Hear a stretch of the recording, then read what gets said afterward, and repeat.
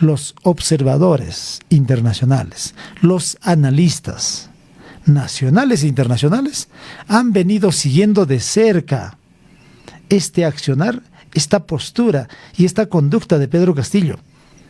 Y por esa razón llegan a la conclusión de definir y caracterizar sobre cuál es el rumbo, cuál es el perfil escogido por este gobierno que tenemos aquí al frente. Así que no es una apreciación así nomás aventurada o precipitada del presidente Rafael Correa, no. Rafael Correa está haciendo recorridos permanentemente por diversas partes del mundo y fundamentalmente aquí en los países del continente, observando el desarrollo de los acontecimientos. ¿Qué pasa? ¿Qué ocurre con uno y otro gobierno? Entonces, luego de escuchar, luego de captar y luego de observar la postura política, la conducta de cada uno de estos gobernantes, es la que llegan a esta conclusión para definir y caracterizar puntual y concretamente este gobierno hacia dónde va, a este lado, a dónde. Y por esa razón da esas expresiones. No es que se le ha ido, no es que es una expresión suelta, no. De modo que podríamos decir que las expresiones del presidente Rafael Correa no son una apreciación subjetiva o imaginaria. Al contrario, es una lectura de los acontecimientos, es una lectura de la realidad, que ahora resultan oportunas y muy relevantes, diríamos, en la actual coyuntura que atraviesa nuestro país, a fin de que algunos sectores de la población que ha venido siendo engañada, fundamentalmente en el interior del país, en los lugares alejados, con esto pueda tener claro qué es lo que está pasando en nuestro país y qué tipo de gobierno tenemos acá en Perú. Y no sigan siendo timados con discursos engañosos y de victimización permanente para tapar la incapacidad y la ineptitud de un gobierno como la que tenemos ahora. Eso es puntualmente, señores. Ya no podemos estar, dando giros o, especulando una y otra cosa. Esto es lo que acaba de expresar estos días el presidente Rafael Correa, tiene mucha relevancia. Diríamos, tiene una importancia fundamental, por lo menos en los temas políticos. Reitero una vez más, reitero.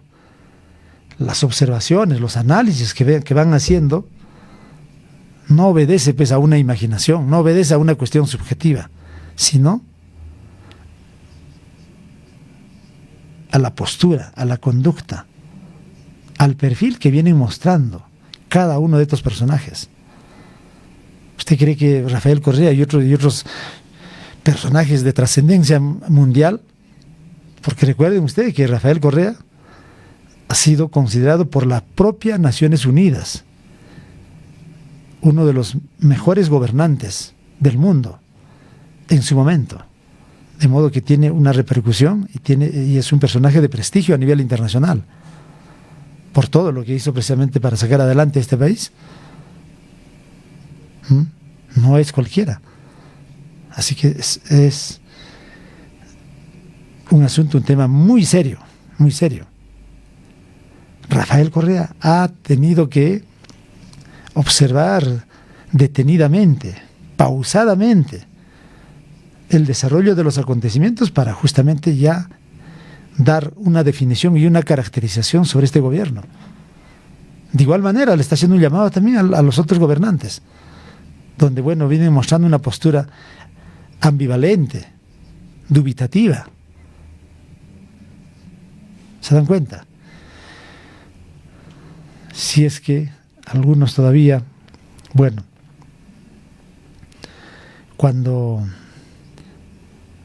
dudan o dicen de que no creo, que será una cosa, no creo, ¿cómo le va a hacer vivas a la OEA a Pedro Castillo? No creo eso. Algunos dicen que los que no están informados, los que ya lo han escuchado, los que ya lo han visto, ya están convencidos, están bien claros, no hay duda. Pero hay algunos sectores de la población que vive desinformado, que vive y bueno, su actividad comercial, su actividad de trabajo diario, a veces no le permite estar pendiente, no le permite estar al tanto de las cosas que ocurren en el plano político nacional e internacional. Entonces después se informan y dicen, bueno, ¿así? ¿Esas cosas está pasando con Castillo? No puede ser. Entonces, Rafael Correa y otros observadores y otros presidentes así progresistas de izquierda aquí en América Latina le han venido siguiendo de cerca, no solamente a Castillo, sino también a otros gobernantes. ¿Cuál es la postura? ¿Cuál es la conducta? ¿Cuál es el perfil que están manejando? ¿Qué tipo de relación están manteniendo con los gobiernos de aquí de América Latina? ¿Y cuál es el vínculo, la relación que tienen con el gobierno de los Estados Unidos? ¿Están aplicando una política en favor del pueblo? ¿O están promoviendo o se han convertido en promotores del neoliberalismo? ¿Son realmente opciones de cambio o son más de lo mismo? ¿O representan el continuismo? Esas cosas se están analizando detenidamente. ¿Ustedes creen que, por ejemplo, Rafael Correa y otros no han escuchado esto? A ver, tome nota. Cuando Castillo le hace vivas, a ver, lo tenemos ahí. A ver. Dos frases del presidente Pedro Castillo. En cualquier pueblito del Perú y veamos de cerca la realidad de los pueblos. ¡Viva la OEA! ¡Viva América! ¡Viva la OEA! Le han estado escuchando, pero le han estado siguiendo de cerca estas frases, estas expresiones al actual gobernante que tenemos. ¡Viva la OEA! Ahí está. Esas cosas pues le han seguido muy de cerca. ¡Viva la OEA! Y luego más adelante, ahora último, esto ha ocurrido el año pasado, ¿recuerdan? En su primer viaje que salió a Estados Unidos, le hizo vivas a la OEA. Y luego este año, le hizo vivas ya no solamente a la OEA, sino al propio gobierno imperial de los Estados Unidos, cuando le decía de esta manera. Y el Perú contribuirá decididamente para alcanzar este objetivo. América para los americanos. Muchas gracias. América para los americanos. Esa es la frase que les encanta y que los enorgullece a los grupos de poder y al imperio norteamericano. Bajo esas frases se dan el derecho o se han atribuido esa facultad de controlar, de dominar y de sojuzgar a nuestros pueblos. El imperio norteamericano. Esas frases. Por eso les encanta y por eso han dicho de que bueno, acá tenemos un gobierno sumiso, arrodillado, y por lo tanto pues acá tenemos controlado la situación. Entonces eso no les va a incomodar, eso no les va a molestar, por ejemplo, al presidente Rafael Correa, a Maduro, imagínense, al gobierno de Cuba, de Nicaragua, de aquí de Bolivia y de otros países. Imagínense. Y a otros observadores nacionales e internacionales. América para los americanos. Muchas gracias. Así terminaba su discurso Pedro Castillo. Entonces, en base a esos análisis, en base a esas apreciaciones, es la que justamente llega a caracterizar, diciendo de que Pedro Castillo se ha entregado totalmente a la derecha. Así todavía lo refiere, lo han podido escuchar. Este gobierno de Pedro Castillo se ha entregado totalmente a la derecha. Este no es un gobierno de izquierda. ¿Alguien puede refutar eso? A ver, el más acérrimo defensor del castillismo de este gobierno, ¿puede refutar eso? Así que esto no se trata de insultos, adjetivos, nada. Ni de irse a un extremo, nada de eso. Sino simplemente la realidad. En resumen, en concreto, entonces lo que ha hecho Rafael Correa es una caracterización sobre el gobierno peruano. sobre este gobierno que tenemos al frente. Ha hecho una tipificación clara y puntual. ¿Qué tipo de gobierno es este? Así que de manera puntual. Bueno, y nosotros ya lo habíamos adelantado esto hace meses, el año pasado, ya, a finales del año pasado. Pues teníamos todavía alguna esperanza que habrá alguna variación. Cuando ya fue a los Estados Unidos, le hizo viva a los AOEs, ya dijimos, caramba, esta es una gran decepción. Esta es una gran estafa. Pues aquí no pasa nada, es más de lo mismo. ¿Sí o no? ¿Recuerdan? Y mucha gente todavía se puso a dudar, ¿no? No creo, no, debe ser un lapsus o algo. No, sino es un discurso oficial. Un discurso oficial. Y ahora nuevamente remata este año, con ocasión de la Cumbre de las Américas, cuando precisamente termina hablando precisamente en su discurso de esa manera, ¿no? Entonces, esas cosas, bueno, vienen siendo pues seguidas de cerca. Así que una palabra menos o una palabra más de un personaje público en el escenario, ya sea nacional o internacional, es seguida de cerca, analizada al milímetro. No, eso no puede pasar así nomás. Así que, amigos, eso es, en resumen, en síntesis, lo que ha venido ocurriendo acá en nuestro país. Y eso no debe molestar absolutamente a algún partidario del castillismo fanático, a alguien que esté trabajando, laborando por algún interés por ahí. No, sino al contrario, debe servirle para que reflexione, para que remueva el cerebro y pueda pues entender realmente dónde está ubicado, qué es lo que está haciendo. Y estos son temas políticos, y no es para molestarse, no es para incomodarse, sino simplemente para ya tener claro las cosas y no seguir siendo presa del engaño o la manipulación, supuestamente con un gobierno del pueblo o de izquierda. Nosotros ya lo dijimos hace tiempo. Este no es un gobierno de izquierda, absolutamente no tiene nada, ni una pizca de izquierda. Este es un gobierno eminentemente continuista del modelo neoliberal. No hay una sola medida en favor del pueblo.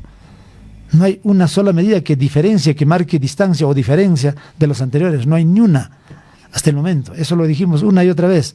Y ahora, precisamente desde el ámbito internacional, sale el presidente Rafael Correa, manifestando de que, efectivamente, este gobierno es un gobierno eminentemente que se ha entregado a la derecha, que se ha entregado totalmente a la derecha. Y no tiene nada de izquierda, no es un gobierno de izquierda. ¿Está? A ver, refútenle pues a Rafael Correa. ¿Quién le va a refutar? Un personaje que tiene un prestigio enorme, no solamente en Ecuador, sino a nivel internacional. Él, cuando retorne a Ecuador en algún momento, porque, bueno, tiene casi los mismos impedimentos, los mismos problemas que le hicieron a Lula en Brasil. Pero en cualquier momento se va a modificar el escenario político en Ecuador y va a volver a ser presidente, de seguro, sin necesidad de propaganda, de publicidad. Basta su nombre y lo van a elegir. A Rafael Correa. Eso es una autoridad a nivel internacional. Muy bien, amigos, entonces ahora sí, yo los invito a escuchar, a captar la entrevista. Son 2 entrevistas concedidas en la televisión argentina estos días, analizando diversos temas. Una parte de Ecuador, otro de los diversos países de América Latina, de Chile, de Perú y otras, que es muy interesante, muy interesante. Por eso les invocamos, pues, estos programas políticos, estos temas políticos, no es fácil mantener latente, vigente en la radio, en la televisión. Son muy pocos programas como este. ¿Por qué? Porque a veces los diversos sectores de la población más a veces se interesan en asuntos domésticos, chabacanos, en temas, bueno, de chismosería, de del regidor, de la regidora, que bueno, el alcalde, la alcaldesa, bueno, esos temas, ¿no? Asuntos domésticos, personales, en chismoserías. Estos temas políticos, bueno, tiene una audiencia interesante, importante a través de la radio y la televisión. Estamos justamente tratando de que la población se involucre en estos asuntos, en estos temas. Por eso los invocamos. Podemos estar de acuerdo, podemos tener diferencias en el desarrollo de estos temas, pero compartamos. Hagamos de que estos temas se amplíen, se extiendan y no se oculten. Por ejemplo, estas expresiones del presidente Rafael Correa, ¿a quién no le conviene que se conozca? ¿A quién no le conviene que se difunda? A ver, la respuesta es obvia, ¿sí o no? ¿A quién? ¿Quién no quiere que se hable, que se diga estas cosas? Es el gobierno de Castillo. Y a quienes están pues fanatizados, no le conviene, ¿sí o no? Pero si tuvieran una formación política mínima, no, dirían, bueno, está bien, tiene razón. Está claro, está el presidente Rafael Correa y es la verdad. ¿Y por qué hay que ocultarlo? Hay que difundirlo, hay que generar un debate. Esa debería ser la postura correcta, ¿sí o no?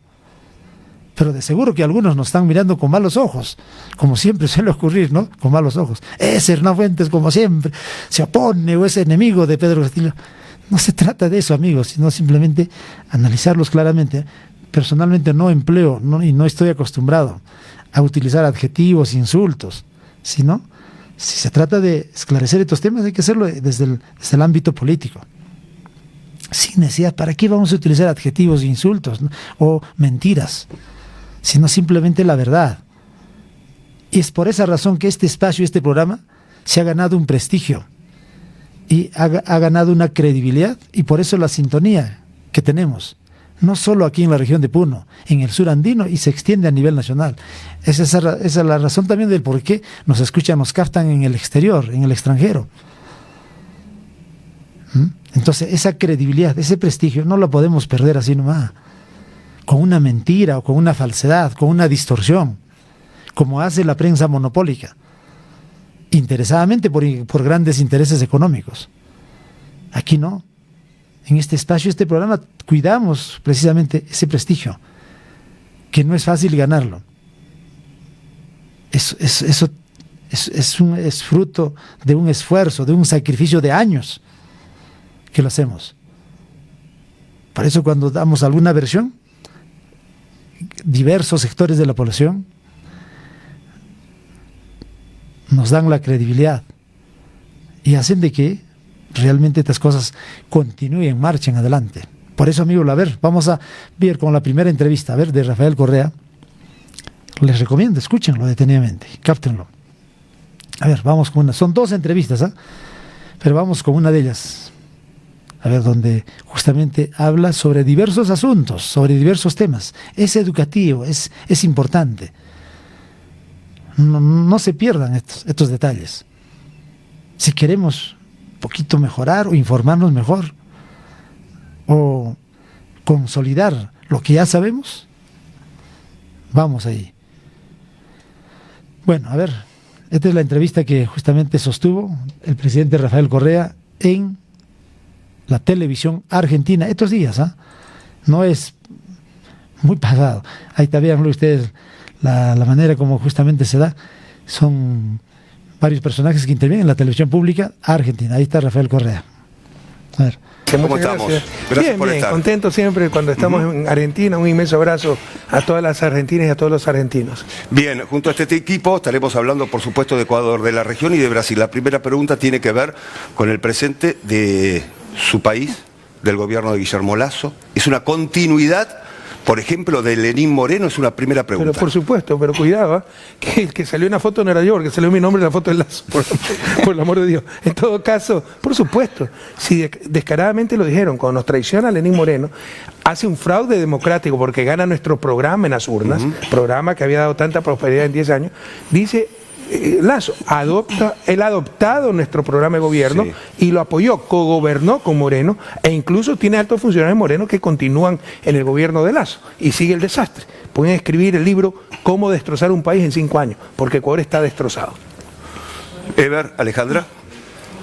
Bienvenido, Rafael, un placer tenerlo en la televisión pública. Yo quería preguntarle justamente en ese sentido, y aprovechando obviamente su presencia, hacer una suerte de balance o de reflexión en torno a lo que ha sido el paro y las movilizaciones durante el mes de junio, el paro impulsado por la CONAIE, pero que también han seguido otros movimientos, y analizar un poco el balance de lo que sucedió en términos políticos, ¿no? Vimos que se llegó a esta instancia que habilita la Constitución ecuatoriana, eventualmente este fenómeno denominado de la muerte cruzada, básicamente el llamado a elecciones parlamentarias y presidenciales ante un contexto de una crisis muy fuerte, económica, pero también en términos de imágenes, de Lasso, que tiene una imagen muy deteriorada en función de lo que usted acaba de decir, pero advertimos siempre, y es una pregunta que yo sé que se la formulan recurrentemente, sobre todo en el extranjero, a la dificultad de sintonía política entre el correísmo y el movimiento indígena, un movimiento que sabemos está fragmentado, no es una unidad, pero cómo cuesta constituir esos acuerdos. Yo sé que usted tiene una postura crítica, pero para quienes nos miran en Argentina y en otros países del continente, me gustaría conocer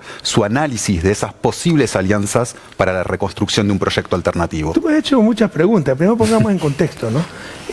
Parece Macondo, el realismo mágico, ¿no? de García Márquez, pero a Ecuador lo dejamos como el segundo país más seguro de América Latina, pueden revisar, 5.6 homicidios por cada 100.000 habitantes, 970 muertes intencionales por año. Hoy, ¿no? Somos el quinto país más violento, hay más de 4.000 muertes, es decir, más de 4 veces las muertes violentas que cuando yo dejé el gobierno. El riesgo país ha superado todos los récords con un alto precio del petróleo. O sea, no pueden decir que es porque es mal manejo económico, han destrozado, pero realmente destrozado el país. Tú dices, hay crisis, ¿por qué hay crisis? Las remesas de migrantes rompieron récord, el precio del petróleo está alto. Puro y simple saqueo y mal manejo del gobierno. Primera reflexión. Segunda reflexión, respondiendo a tu pregunta, las protestas de junio de 2022, quiero decirte que yo ni siquiera estoy muy de acuerdo con eso. Porque a Lasso tú lo puedes violentamente, si quieres, resistencia en las calles, si atenta contra derechos humanos, si es un deshonesto como en Pandora Papers y que sigue aferrado al cargo, pero no puedes tener esa clase de protestas porque liberalizaron el precio de los combustibles. Eso es el neoliberalismo, por eso votaron. El movimiento indígena, gran parte del movimiento indígena apoyó aquello. Entonces es bastante inconsecuente. Y no puedes tener una semana, 10 días de paro violento, destrucción de propiedad pública, privada, 6 muertos, para luego, como no tenían salida, lograr 15 centavos de reducción en el precio de la gasolina, y ese es el éxito del paro. Y los muertos, los heridos, la destrucción, como si se ha perdido la perspectiva. Yo no estoy totalmente de acuerdo con esa acción del movimiento indígena. Y ese es un ejemplo de lo que nos diferencia con el movimiento indígena, ¿no? Cuando les conviene son demócratas, cuando les conviene ellos imponen a la fuerza su agenda. Eso no es correcto. Yo les gané en el 2013 al candidato del movimiento indígena 20-1. Yo saqué casi 60%, el 3%, él decía no a la minería, no al petróleo, yo sí, hasta la última gota de petróleo, sí, hasta el último gramo de oro, con absoluta responsabilidad social y ambiental.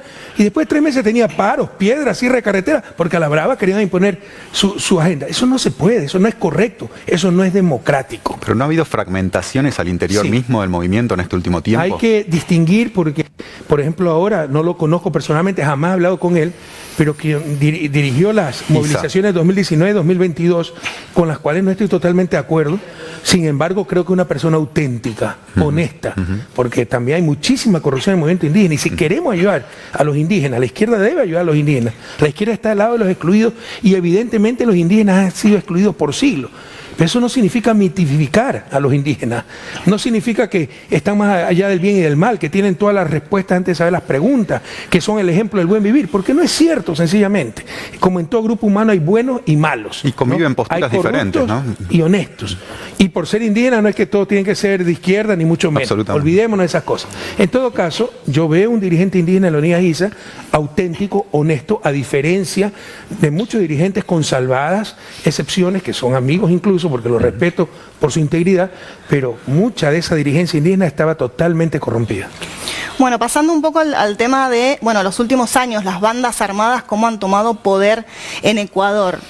Quería saber, a su juicio, cuál es la razón de esto, porque simplemente podemos hablar de connivencia, podemos hablar de una cuestión social que lleva a la pobreza, a que aparezcan bandas ilegales. ¿De qué se trata, hilando un poco más fino de cómo ha crecido la criminalidad y que eso también es una de las bases para que los gobiernos extranjeros también metan sus manos. ¿Qué opinan? Bueno, Rafael De acuerdo Correa a habla- Lazo, porque sacamos la base aérea, la base de Manta en el 2009, la base Bueno, amigos, solamente como una referencia. En esta primera parte habla Rafael Correa sobre Ecuador y le preguntan precisamente sobre Ecuador, sobre la realidad de Ecuador, ¿no? Del movimiento indígena, todo ello. Luego ya viene, en breves instantes, viene el caso de Perú y luego de otros países. Es interesante, lo que viene es mucho más interesante. Sigamos con esta secuencia. Ustedes no saben qué decir, dicen cualquier estupidez. Sacamos una base en el 2009, entonces hay violencia en el 2022. ¿Sabes lo que dice? Que yo pacté con el narcotráfico, nos llaman narcopolíticos, y que ahora como están combatiendo el narcotráfico, es que hay tanta criminalidad, motines en las cárceles. Si eso fuera cierto, bueno, van a pactar, no sean malitos, porque aunque sea vivíamos seguros. Pero es irracional, ya es demencial. Pero repiten eso con la complicidad de los medios de comunicación y muchos odiadores como aquí en Argentina, si le dicen que llueve para arriba lo va a creer para justificar sus odios, y son los discursos de odio que producen, por ejemplo, lo que vivió Argentina el 1 de septiembre cuando casi matan a Cristina, ¿no? Entonces, la realidad, destrozaron la institucionalidad del país, han exacerbado las contradicciones, hay un gobierno absolutamente inepto, incluso físicamente está muy limitado Lazo, ¿no? Intelectualmente, en otras dimensiones ya estaba muy limitado, físicamente. Debería darnos pena, me da indignación, porque ya estaba limitado, pero como millonario caprichoso quería comprar la presidencia de la República si no tenga ni capacidad física para ejercer un cargo que demanda 14 y 16 horas de trabajo diarias de lunes a domingo, y se les ha ido el país de las manos, sencillamente. ¿Qué tiene que ver los femicidios con el narcotráfico? Y se está rompiendo récord en femicidios. ¿Qué tiene que ver el asalto a una tienda, el robo de carros, el asalto en el semáforo con crimen organizado, el gran crimen transnacional, el narcotráfico? Eso es crimen ordinario. Porque además, entre otras cosas, dejaron de controlar la policía. La policía es un sector muy susceptible a la corrupción. Tienen armas, luchan contra la delincuencia, pueden ser influidos por la corrupción. Bueno, repartieron el país como era antes de mi gobierno, un ex general dirige la policía, entonces tienen espíritu de cuerpo, no controlan nada. Eliminaron las pruebas de confianza, pruebas psicológicas, investigación financiera, pruebas con el polígrafo para entrar a la policía. Y hoy la policía hay una decadencia total, crímenes dentro de la escuela de policía, policías dedicados al narcotráfico. Entonces los que nos cuidan promueven también el delito. Entonces ahí están los verdaderos factores de la desgracia que está viviendo el país, porque vivimos una verdadera desgracia, de ser el segundo país más seguro de América Latina a ser el quinto más violento. Mi ciudad, Guayaquil, está entre las 50 más violentas del mundo. Ciudades como Esmeralda está entre las 7 más violentas del planeta. Rafael Correa, lo que está usted describiendo lo hemos plasmado en varios informes especiales en esta edición de Televisión Pública Noticias Internacional a lo largo de varios sábados. A partir de lo que usted plantea, la realidad de su país, ¿cuál es su futuro político? Mi futuro político, bueno, eso es lo menos importante. Yo no estoy aquí por un futuro político, mi proyecto vital era ver mi país fuera de su desarrollo, y debe ser la obsesión de todo político honesto, claro. Yo diría de todo latinoamericano, pero especialmente de los políticos latinoamericanos. Algunos están obsesionados por ganar la siguiente elección, por tener más espacio en el Congreso, por tener más alcaldías. La obsesión debe ser sacar a nuestra región del subdesarrollo. 200 años son suficientes, y sobre todo para la izquierda, que siempre vivimos quejándonos de que somos el patio trasero de los malvados gringos. La primera pregunta que tenemos que hacernos es ¿por qué somos nosotros el patio trasero y no ellos? ¿Qué hicieron ellos bien y qué hicimos mal y seguimos haciendo mal? Entonces, Tome nota, ahí entra a hablar sobre los temas de izquierdas, o el caso de Pedro Castillo, o el caso de Boric de Chile, ya de otros temas más generales, ya no solo de Ecuador. Ahí ingresa, ya comienza a hablar precisamente sobre estos asuntos, estos temas de interés general. A ver, démosle atención, amigos. A ver, ahí está justamente el presidente Rafael Correa. Elección, por tener más espacio en el Congreso, por tener más alcaldías. La obsesión debe ser sacar a nuestra región del subdesarrollo. 200 años son suficientes, y sobre todo para la izquierda, que siempre vivimos quejándonos de que somos el patio trasero de los malvados gringos. La primera pregunta que tenemos que hacernos es ¿por qué somos nosotros el patio trasero y no ellos? ¿Qué hicieron ellos bien y qué hicimos mal y seguimos haciendo mal? Entonces, ese era mi sueño. Si para eso debe ser presidente de la República o portero del ministerio ABC, lo seré, ¿no? Entonces estaré donde la historia requiera, pero ambiciones personales, mi ambición personal es ver mi país fuera de su desarrollo. Pero se imagina una alternativa como presidente de Ecuador nuevamente, si obviamente cesara la persecución judicial. A mí me pusieron 10.000 candados para presentarme a la presidencia. Todo es ilegal, se les puede derrumbar una vez que recuperemos el poder. Tan ilegal que para prohibirme postular a presidente derogaron las reformas que permitían aquello, pero retroactivamente, desde el 2008. Derogaron en el 2018 la ley ríe para el futuro, pero significaba que si desde ahora ya no es posible la reelección, todavía entonces se cuenta de cero y puedo presentarme a 2 elecciones. Además, que uno pueda postularse no significa que va a ser electo, pero ellos saben que va a ser derrotado. Lo hicieron retroactivo, desde el 2008 se cuentan las elecciones, ¿no? Eso se les va a derrumbar. O sea, 10 años para atrás. Sí, lo hicieron retroactivo a la ley, ¿no? Para impedirme a mí ser candidato. Eso se les va a derrumbar. Que yo vuelva a ser candidato presidencial, eso no es lo fundamental. Lo fundamental es recuperar el país en ese proyecto progresista, dignidad, de soberanía que se llamó Revolución Ciudadana, que fue ejemplo para América Latina y el mundo, del 2007 al 2017. Me permito volver sobre justamente este último punto y tal vez correrlo un poquitito de Ecuador pensando en esta coyuntura tan caliente que tenemos mañana en Brasil, ¿no? Usted hablaba del proyecto efectivamente de la Revolución Ciudadana, de lo que han sido además los progresismos que gobernaron América Latina durante los primeros años de este siglo XXI. Sin embargo, vemos, afortunadamente todo indicaría que mañana sería Lula quien podría imponerse en la elección en Brasil, pero esto no deja de lado que vemos un crecimiento, ya diría, no solo en Latinoamérica, lo estamos viendo a nivel global, una suerte de respuesta a este estado de malestar generado en buena parte por las políticas neoliberales, que proviene no desde los progresismos, desde los gobiernos que impulsan ese tipo de transformaciones, sino desde ya extremas derechas, en muchos casos antidemocráticas, xenófobas, con discursos peligrosos para la democracia misma. ¿Cómo explicamos que la respuesta y el apoyo popular, más allá de que en algunos casos logre imponerse o no, se vuelque hacia este tipo de respuestas? En la desesperación. El fracaso de los sistemas democráticos para brindar ese bienestar que la gente esperaba. Yo creo que hay que diferenciar. El problema europeo, este es un problema que se está dando a nivel planetario, al menos Europa, Estados Unidos y América Latina. Y en Europa son claros los problemas y en Estados Unidos un poco menos claros, pero también de la misma naturaleza.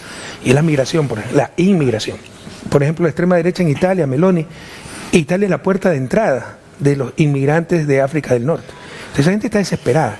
Y cuando la gente está desesperada y cree que la delincuencia aumenta por los inmigrantes, que la pérdida de puestos de trabajo es por los inmigrantes, que mi hijo no encuentra trabajo por los inmigrantes, cae pues en los ofrecimientos baratos de esta extrema derecha, que lo que hay que acabar es con los inmigrantes, el discurso xenófobo que decía. Francia, o sea, si sigue la tendencia demográfica de los musulmanes, Francia en pocas décadas será musulmana. Y eso desespera a los franceses y caen fácilmente en estos ofrecimientos de la extrema derecha. En Latinoamérica hay algo de eso, con la migración venezolana muy exagerada y todo aquello, pero yo creo que más pesa el factor de que con tanto desastre, avanzamos del 2002 al 2014 como nunca antes, han habido 4 o 5 años de retroceso en muchos países. La inmigración, por ejemplo, en mi país ha vuelto, ¿no? Cuando se había revertido el flujo migratorio, empezó la emigración nuevamente, es ese desencanto con la democracia, que no ha logrado llenar las aspiraciones de gran parte de la población, que no encuentra buenos salarios, buenos empleos, buenos niveles de vida, y nuevamente ante la desesperación y ante la desesperanza viene cualquiera a ofrecer la mayor tontería fundamentalista y le creen a ese tipo, se aferran a algo. Hay una crisis del modelo productivo que propusieron estos progresismos también. Podríamos pensar que hay una necesidad de reformulación. Pienso un poco en Petro, en las novedades que tal vez están introduciendo las propuestas que él lleva en Colombia. ¿Hay una revisión necesaria o hay una necesidad de reinstaurar el mismo tipo de modelo productivo? La revisión es permanente, hay que innovar permanentemente. Pero nosotros fuimos exitosos. Lo que vino a la derecha es destrozarlo con la complicidad de los medios de comunicación, que quieren hacer creer a la gente que cuando estaban bien es que estábamos mal. Y ahora que estamos mal es que estamos bien. Gracias a Dios, pues, se puede engañar 1 año con esa tontería, 2 años, pero no sé, 4 años, y la gente ya puede comparar. Pero los principales adversarios que enfrentamos, los gobiernos de izquierda, ¿y por qué de izquierda además? No por noveleros, no por nuestras fijaciones mentales, 200 años llevamos haciendo lo mismo. Y no salimos de su desarrollo. Entonces, Einstein decía, seguir haciendo lo mismo, esperar resultados diferentes es insano. Modelos totalmente ajenos a nuestra realidad o filosofía, liberalismo, que debe partir de razonable igualdad de condiciones. Lo quieren imponer en uno de los continentes más desiguales del planeta, eso es locura. Entonces se necesita algo nuevo, mejor, más cerca de nuestra realidad y que dio resultados, como el 2002 al 2014. Pero viene una prensa que te distorsiona todo, que engaña a la gente, que exacerba todo. En 10 años es imposible que no tenga un caso de corrupción. Pero entonces todos somos corruptos. Y si robó, un caso, el gerente de Comercio Internacional de Petroecuador, el culpable es Correa. Entonces, ¿cómo logran mantener la esperanza de la gente? Entonces no caer en esa trampa. Innovar permanentemente, revisar todo. tampoco caer en fundamentalismo, ¿no? El desarrollismo, el discurso de Correa es desarrollista, llámalo como quiera, pero sin industria, ¿qué país es desarrollado? Estamos en el siglo XXI sin industria, ¿qué país puede ser desarrollado? No que la innovación, las ideas alguna vez, algún rato tienen que concretarse y eso se llama industria, ¿no? Pero hay que innovar esos modelos permanentemente. Sí, siguiendo con el tema del programa, muchos progresismos volvieron con una idea de que hay que pactar con el establishment y de alguna manera, no sé, eso se podría evaluar si eso significó bajar algunas banderas de reconquistas o de recuperación de la soberanía, eso puede ser una opinión. Pero bueno, ¿cuál es la salida ahora? Porque vemos que el apoyo popular cambió, no es el mismo que en la primera década, ahora hay una situación diferente, bueno, hay una disputa de la extrema derecha por ese sector popular. ¿Qué cree Correa que se puede agregar, innovar, que haya cambiado respecto de, bueno, las décadas anteriores, ¿no?